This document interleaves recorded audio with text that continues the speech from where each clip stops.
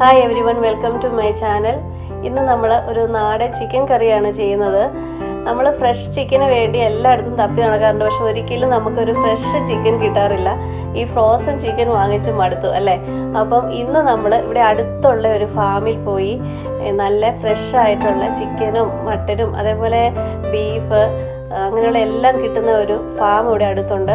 അപ്പോൾ ആ ഫാമിൽ പോയി നമുക്ക് ഫ്രഷ് ആയിട്ടൊരു ചിക്കൻ വാങ്ങിച്ച് നാടൻ ചിക്കൻ കറി എങ്ങനെയാണ് ചെയ്യുന്നതെന്നാണ് ഈ വീഡിയോയിൽ ഞാൻ കാണിക്കുന്നത്. അപ്പോൾ ആ ഫാമിലെ കാഴ്ചകൾ കൂടി ഞാൻ ഈ വീഡിയോയിൽ കാണിക്കുന്നതാണ്.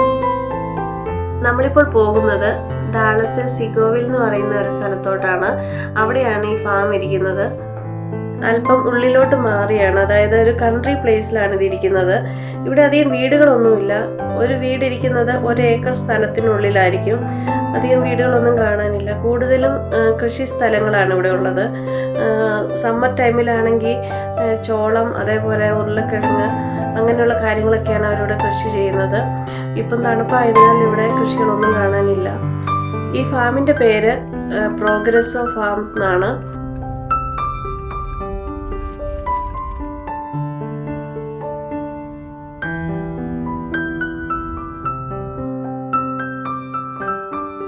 സമ്മർ ടൈമിൽ ഇവിടെ അവരുടെ ഫാമിലുണ്ടായ ഫ്രൂട്ട്സും വെജിറ്റബിളും എല്ലാം സെല്ല് ചെയ്യുന്നുണ്ട്. അതുപോലെ തന്നെ ഓർഗാനിക് ആയിട്ടുള്ള ഹണി, പിന്നെ അവരുണ്ടാക്കുന്ന സ്നാക്ക് അതെല്ലാം അവർ സെല്ല് ചെയ്യാറുണ്ട് ഇവിടെ.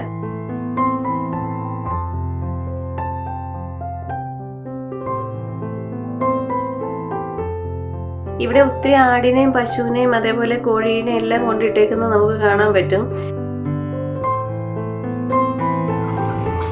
ഇന്ന് ഇവിടെ റൂസ്റ്റർ മാത്രമേ ഉള്ളൂ, ഹെന്നില്ല. ഒരു റൂസ്റ്ററിന്റെ വില $16 ആണ്. ആട്ടിറച്ചി വാങ്ങിക്കുകയാണെങ്കിൽ ഒരാടിനെ മുഴുവനായിട്ടേ അവർ വിൽക്കുന്നുള്ളൂ. അത് ഒന്നെങ്കിൽ ഷെയർ കൂടിയൊക്കെ വാങ്ങിക്കുന്നതാണ് നല്ലത്. ആദ്യം ഇവിടുത്തെ കൗണ്ടറിൽ വന്ന് പേ ചെയ്യണം. നമ്മൾ പേര് കൊടുത്ത് രജിസ്റ്റർ ചെയ്ത് കഴിയുമ്പം അവർ മീറ്റ് എല്ലാം റെഡി ആയി കഴിയുമ്പോൾ അവർ അനൗൺസ് ചെയ്യും. അന്നേരം നമ്മൾ മീറ്റ് പ്രോസസ്സ് ചെയ്യുന്ന സ്ഥലത്ത് പോയി അത് പിക്ക് ചെയ്യണം.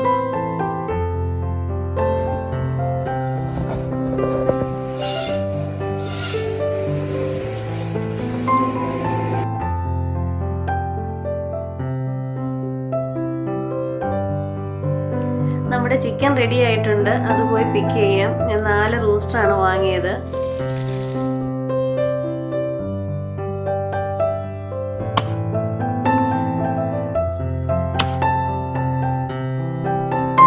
ചിക്കൻ എല്ലാം ആദ്യമേ നമുക്കൊന്ന് കട്ട് ചെയ്തെടുക്കാം. നാടൻ ചിക്കൻ കറിയാണ് നമ്മൾ ഇന്ന് ചെയ്യുന്നത്. പാൻ ചൂടായി കഴിയുമ്പോൾ അതിലേക്ക് ആവശ്യത്തിനുള്ള എണ്ണ ഒഴിച്ചു കൊടുക്കാം. ഇതിലേക്ക് അല്പം കടുക് ഇട്ട് കൊടുക്കാം. നാടൻ ചിക്കൻ കറിക്ക് മെയിനായിട്ട് വേണ്ട ഒരു ഇൻഗ്രീഡിയൻ്റ് ആണ് തേങ്ങാക്കൊത്ത്. അപ്പം കടുകെല്ലാം പൊട്ടി കഴിയുമ്പോൾ ഇതിലേക്ക് തേങ്ങാക്കൊത്ത് ആഡ് ചെയ്യാം. തേങ്ങാക്കൊത്ത് ചെറുതായിട്ട് മൂത്ത് വരുമ്പോൾ ഇതിലേക്ക് അല്പം കറിവേപ്പില ഇട്ട് കൊടുക്കാം. ഇതിലേക്ക് 2 ചെറിയ കഷ്ണം കറുകപ്പട്ട കൂടി ചേർത്ത് കൊടുക്കാം, കാരണം അതിന് നല്ല മണമൊക്കെ വരും. ഇനി നമ്മൾ ഇതിലേക്ക് ആഡ് ചെയ്യുന്നത് കുറച്ച് ഇഞ്ചിയും വെളുത്തുള്ളിയുമാണ്. ഇതേപോലെ ചെറുതായിട്ട് കൊത്തി അരിഞ്ഞ് അതുകൂടി ചേർത്ത് കൊടുക്കാം. ഇഞ്ചിയും വെളുത്തുള്ളിയും ഒക്കെ ചെറുതായിട്ട് വാടി വരുമ്പോൾ ഇതിലേക്ക് ഞാൻ 2 സവാള അരിഞ്ഞ് വെച്ചിട്ടുണ്ട്, അതുകൂടി ചേർത്ത് കൊടുക്കാം. ചുമന്ന സവാള ഉണ്ടെങ്കിൽ അതാണ് കുറച്ചുകൂടി നല്ലത്. സവാളയെല്ലാം നന്നായിട്ട് വഴന്നിട്ടുണ്ട്. ഇപ്പോൾ ഇനി ഇതിലേക്ക് 4-5 പച്ചമുളക് കൂടി ചെറുതായിട്ട് കീറി ഇതിലേക്ക് ചേർത്ത് കൊടുക്കാം. ഒരു 1/2 ടീസ്പൂൺ മഞ്ഞൾപ്പൊടി കൂടി ചേർത്ത് കൊടുക്കാം. ഫാമിൽ നിന്ന് വാങ്ങിക്കുന്ന ചിക്കൻ ആയതുകൊണ്ട് ഫ്രഷ് ചിക്കൻ അല്ലേ, അപ്പം അതിലല്പം മഞ്ഞൾപ്പൊടി കൂടുതലിട്ടാലും കുഴപ്പമൊന്നുമില്ല. പക്ഷെ നമ്മൾ ഈ ഫ്രോസൺ ചിക്കൻ വാങ്ങിച്ച് കഴിക്കുന്നതും ഈ ഫ്രഷ് ചിക്കൻ വാങ്ങിച്ച് കഴിക്കുന്നതും തമ്മിൽ നല്ല വ്യത്യാസമുണ്ട്. ആ ടേസ്റ്റ് തന്നെ വളരെ ഡിഫറെൻ്റ് ആണ്. ഇവിടെ പോയി ഈ ചിക്കൻ ഫ്രഷ് ആയിട്ട് വാങ്ങിച്ചിട്ടില്ലാത്തവർ എപ്പോഴെങ്കിലും ഒരു പ്രാവശ്യമെങ്കിലും അവിടെ പോയി ഒന്ന് വാങ്ങിച്ച് കുക്ക് ചെയ്ത് നോക്കണം, നിങ്ങൾക്കെല്ലാം ഇഷ്ടപ്പെടും. സവാള നന്നായിട്ട് വഴന്നിട്ടുണ്ട്. ഇതിലേക്ക് ഇനി ബാക്കിയുള്ള പൊടികളെല്ലാം ചേർത്ത് കൊടുക്കാം. ഒരു 4 ടീസ്പൂൺ മല്ലിപ്പൊടി ചേർത്ത് കൊടുക്കാം. ഒരു 2.5 ടീസ്പൂൺ എരിയുള്ള മുളക് പൊടി ചേർത്ത് കൊടുക്കാം. ഞാനിത് ഫ്രഷ് ചിക്കൻ ആയതുകൊണ്ട് അല്പം എരി കൂടുതലാണ് ചേർക്കുന്നത്, കാരണം സാധാരണ ഫ്രോസൺ ചിക്കനേക്കാളും അല്പം കൂടി എരി ഇട്ടാലാണ് ഈ ചിക്കനിലോട്ട് പിടിക്കത്തുള്ളൂ. ഇതിലേക്ക് ഒരു 1/2 ടീസ്പൂൺ കുരുമുളക് പൊടി ചേർത്ത് കൊടുക്കാം. ഇനി വേണ്ടത് ഒരു 3 ടീസ്പൂണോളം കാശ്മീരി മുളക് പൊടി ചേർക്കുന്നുണ്ട്. ഇതിൻ്റെ ഗുണം എന്ന് വെച്ചിട്ടുണ്ടെങ്കിൽ ഒന്ന് ഈ കറിക്ക് അല്പം കളർ കിട്ടും, അതുപോലെ തന്നെ ഗ്രേവി അല്പം തിക്നെസ് ആയിട്ടിരിക്കും. ഈ മുളകിന് എരിയില്ല, പക്ഷെ നമുക്ക് ആ ഗ്രേവിക്ക് തിക്നെസ്സിന് വേണ്ടിയാണ് ഞാനിത് ചേർക്കുന്നത്. ഈ പൊടികളൊക്കെ ചേർക്കാൻ നേരത്തെ തീ അല്പം കുറച്ച് വെച്ചിട്ട് വേണം ചേർക്കാൻ, അല്ലെങ്കിൽ ഈ പൊടിയെല്ലാം കരിഞ്ഞു പോകും. അതുകൊണ്ട് ലോ ഫ്ലെയിമിൽ വെച്ചിട്ടേ പൊടികളെല്ലാം ചേർക്കാവുള്ളൂ. ഇനി ഇതിലേക്ക് ഈസ്റ്റേണിൻ്റെ ചിക്കൻ മസാലയാണ് ചേർക്കുന്നത്. ഒരു 1.5 ടീസ്പൂൺ ഈസ്റ്റേൺ ചിക്കൻ മസാല കൂടി ചേർക്കുന്നുണ്ട്. ഇനി ഇതിലേക്ക് ചേർക്കുന്നത് നമ്മുടെ സ്പെഷ്യൽ മസാലയാണ്.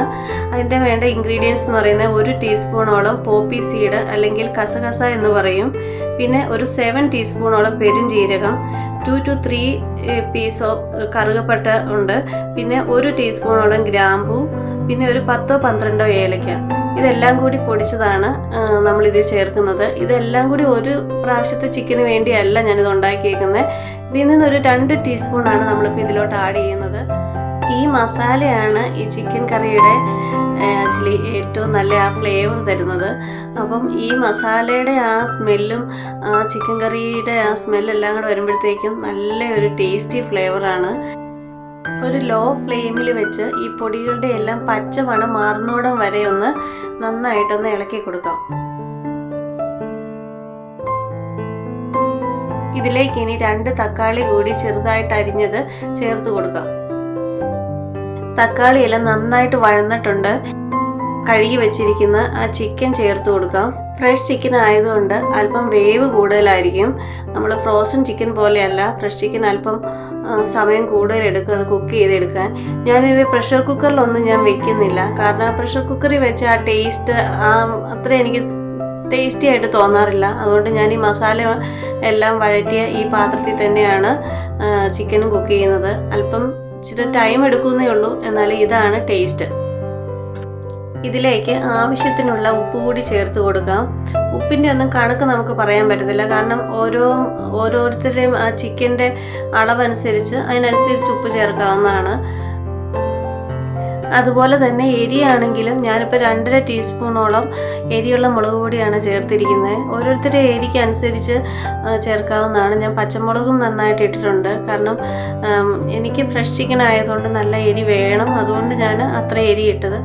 ഇനി ഈ മസാലയെല്ലാം ഈ ചിക്കനിലോട്ട് നന്നായിട്ടൊന്ന് ഇളക്കി നന്നായിട്ട് മിക്സ് ചെയ്തൊന്ന് എടുക്കാം.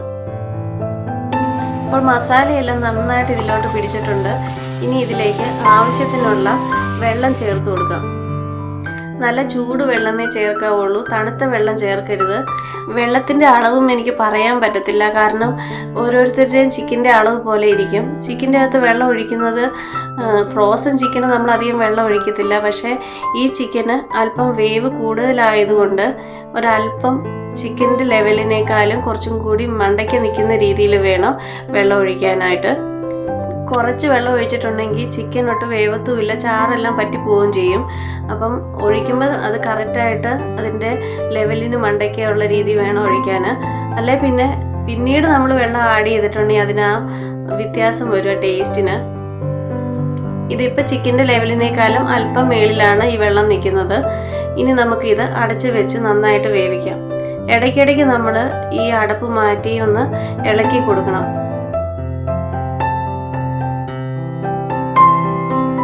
അങ്ങനെ നാടൻ ചിക്കൻ കറി റെഡി ആയിട്ടുണ്ട്.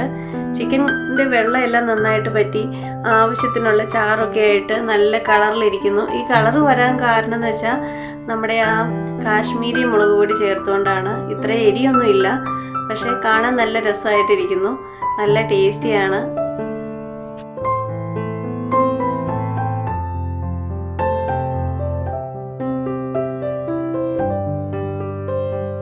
അപ്പോൾ ഈ ഡാളസിലുള്ള എല്ലാവരും ഈ സീഗോവിൽ എന്ന് പറഞ്ഞ ഈ ഫാമിൽ പോയി ഒരു പ്രാവശ്യമെങ്കിലും ഈ ചിക്കനൊക്കെ വാങ്ങിച്ച്, ഈസ്റ്ററൊക്കെ അല്ലേ, അപ്പം ഫ്രഷായിട്ട് ഒരു ചിക്കൻ കറി ഈ രീതിയിലൊന്ന് ട്രൈ ചെയ്ത് നോക്കുക.